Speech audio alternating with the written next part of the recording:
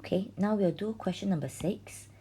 So this question tells us that we have a thermostat which is used to control the temperature of an air conditioner.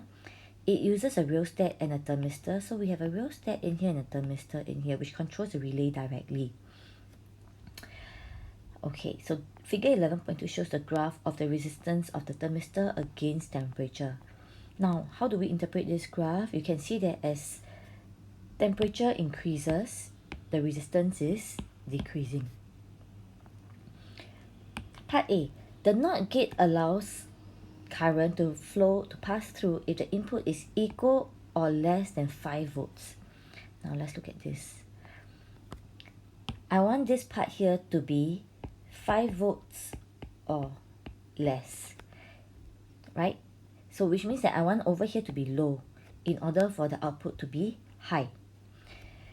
Alright, and in order for the output to be low, in order for output to be high, it must be 5 volts or less. Okay, let's continue. So state which resistor should be the thermistor. Okay, now take a look. Over here, this is your positive side, right? So this is your 12 volts on this side here. Since it's the negative side, so over here, these are all our 0 volts. Now if I want over here to be 5 volts means, okay, so this part here should be 5 volts, right? And this side here is 12 volts.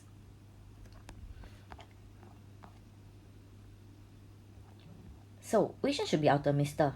Now, I'm not very sure. One is the rheostat, one's the thermistor, right? So let me just guess. If this is our thermistor, what is going to happen? So basically, it's used to control the temperature of air conditioner, which means that we're talking about when temperature increases. When temperature increases, I want my aircon to be turned on, right? So let's check this out. When temperature of the thermistor increases, we know that it leads to the resistance of the thermistor decreasing. When resistance of the thermistor decreases, the potential difference across the thermistor will decrease. So when potential difference decreases, what's going to happen is that across R1, if my potential difference decrease, it means that over here is going to become decrease, right? So say initially it is, say initially it's 12 and 5. When it decreases means this part here is going to be 6 volts because the potential difference across it must decrease. Now, if this is 6 volts, will my cooler or my air conditioner be turned on? No, because they say it must be 5 volts or less. So I know that, okay, I made a wrong guess. It can't be this. So let's try R2 as our thermistor. So if this is our thermistor, so let's try this out. When temperature of thermistor increases, resistance of thermistor will decrease. When resistance of thermistor decreases, it means that potential difference across the thermistor will also decrease. Okay, so when temperature increases, if the potential difference across this decreases, if initially it was 5 volts, now it decreases to 4 volts. Does it cause our NOT gate here to be activated? Yes, it does, because now my 4 volts is less than 5 volts, right? So, okay, R2 is going to be our thermistor. What is the value of the resistance of the thermistor if the cooler turns on when the temperature reaches 17.5 degrees? So we just have to look at the graph. If this is 15 degrees, this is 20 degrees, 17.5 is over here, right? So I just have to draw my dotted lines. And from here I can tell that my temperature is going to be 1000 ohms. Next, calculate the value of I need to calculate resistance of rheostat if the thermistor is set to operate at 17.5 degrees Celsius. So when that happens, we already said thermistor is at 1000 ohms, right? So this means that our resistance over here is 1000 ohms. And if the potential difference across my R2 is going to be 5 volts. Now remember we learned in topic 18, in chapter 18, that the ratio of the resistance of R1 to the ratio to R2. is going to be equals to the ratio of V1 is to V2. Why is that so? Because we know that since this is a series circuit, total V equals to V1 plus V2, right? And the higher the resistance, the more work is done to push a unit charge through the resistor. So if I have higher resistance, it means the potential difference is going to be greater. So I already know that R2 is 1000 ohms. Now what's V1 and V2? We know that V2 over here is going to be 5 volts, right? So if V2 is 5 volts and V1 and is 12 volts, what is V1 going to be? V1 is going to be 7 volts. So this is equals to, what's V1? 7 volts is to 5 volts. Now I don't know what R1 is. So if they're the same ratio, R1 is to 1000, 7 volts is to 5 volts. And remember we say that since it is the same ratio, so R1 over 7 is equals to 1000 over 5. So R1 would be 7000 over 5. You get 1400 ohms. Yeah, that's right. Okay, now this is one method of doing it. What's another method of doing? I told you to do these questions only after you learn topic 23, right? So when you have learned topic 23, you would have realized that there is this other formula that you can memorize, which is your V out is equals to your R2 over R1 plus R2 times V total. Now my V out here is actually the same as V2, okay? So let's see. Yes, it is what I'm looking for. I'm looking for R2, right? No, I'm looking for R1. Okay, but anyway, I know that the potential difference, I know V2 is 5 volts. I know V2 is 5 volts. I know R2 is 1000 ohms. So this is R1 plus 1000 ohms times 12. So 5 divided by 12 equals to 1000 over R1 plus 1000. R1 plus 1000 over 1000. Basically, I'm just swapping is equal to 12 over 5. I'm just swapping the numerator and denominator. So that I get R1 plus 1000 equals to 12 over 5 times 1000.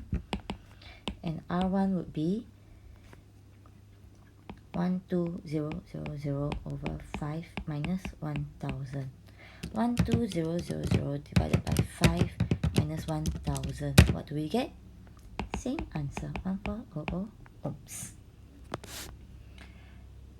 Part B. Cheryl has an electric cooling fan in her room. She intends to use a temperature sensor and a light sensor as inputs to logic gate L, which controls the fan. A high input at Q turns the fan on. Okay, so fan becomes on when this is 1. The temperature sensor output is high when it is hot. Okay, so let's write that down because I really don't do well with just highlighting it. So for temperature when it is hot, the output is high. When it is cold, the output is 0. For light,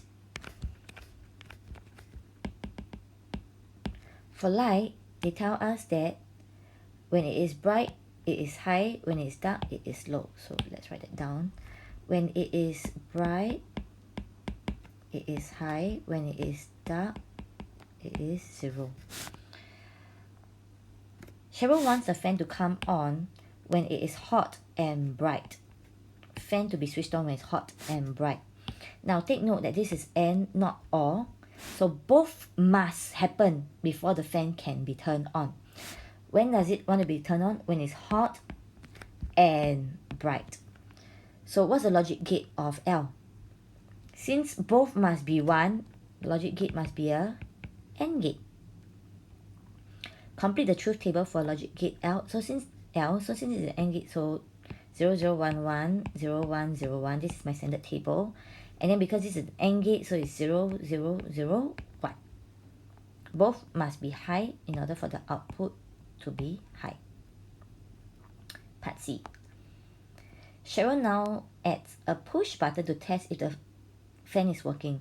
She adds logic gate M to the circuit. The output from the push button is high only when Cheryl pushes it.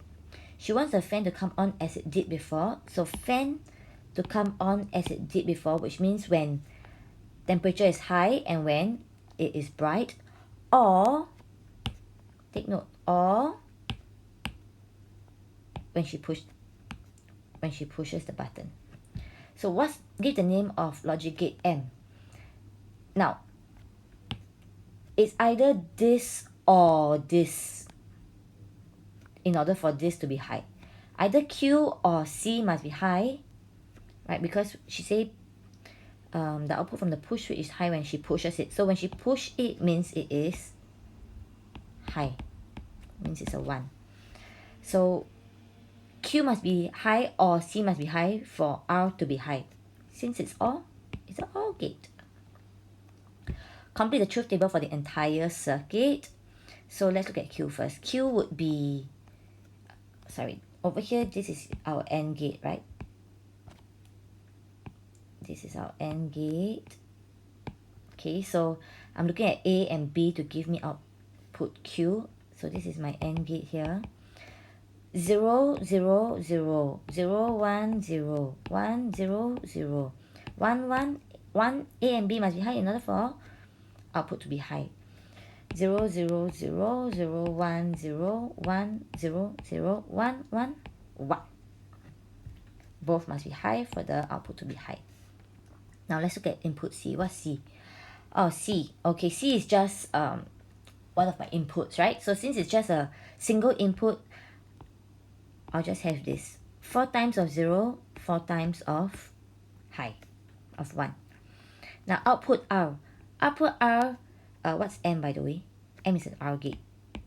Okay, so I'm looking at Q and C. So Q and C. Either one must be high for the output to be high. So this is 0, 0, 0. Oh, I've got one that's high, so this is high. So all these all have got high, so these are all highs. Okay, now does this make sense? Let's look at what this truth table means, okay?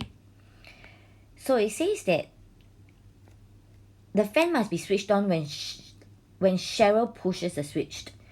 When does she push the switch? What's the logic? What's the logic level when she pushes the switch? It's high.